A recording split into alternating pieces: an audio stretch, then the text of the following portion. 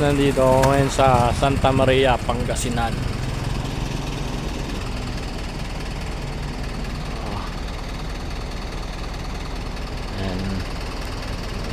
Kasi madilim yung ano eh. Madilim yung arko dun eh. Ayun o. Oops. Santa Maria, Pangasinan.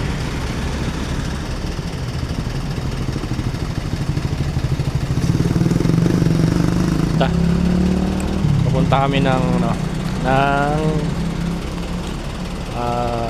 Aloleng, Pangasinan, papuntang Bulinaw. Magbabagyo muna kami, diba?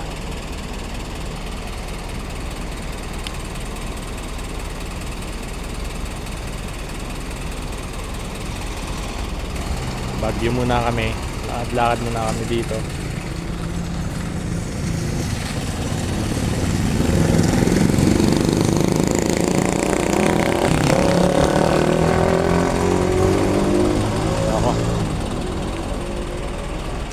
Dito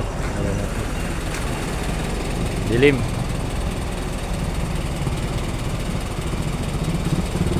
Maya na pag-akit namin ng Bagyo, akit kami ng Bagyo, malayo pa, mga 3 oras pa.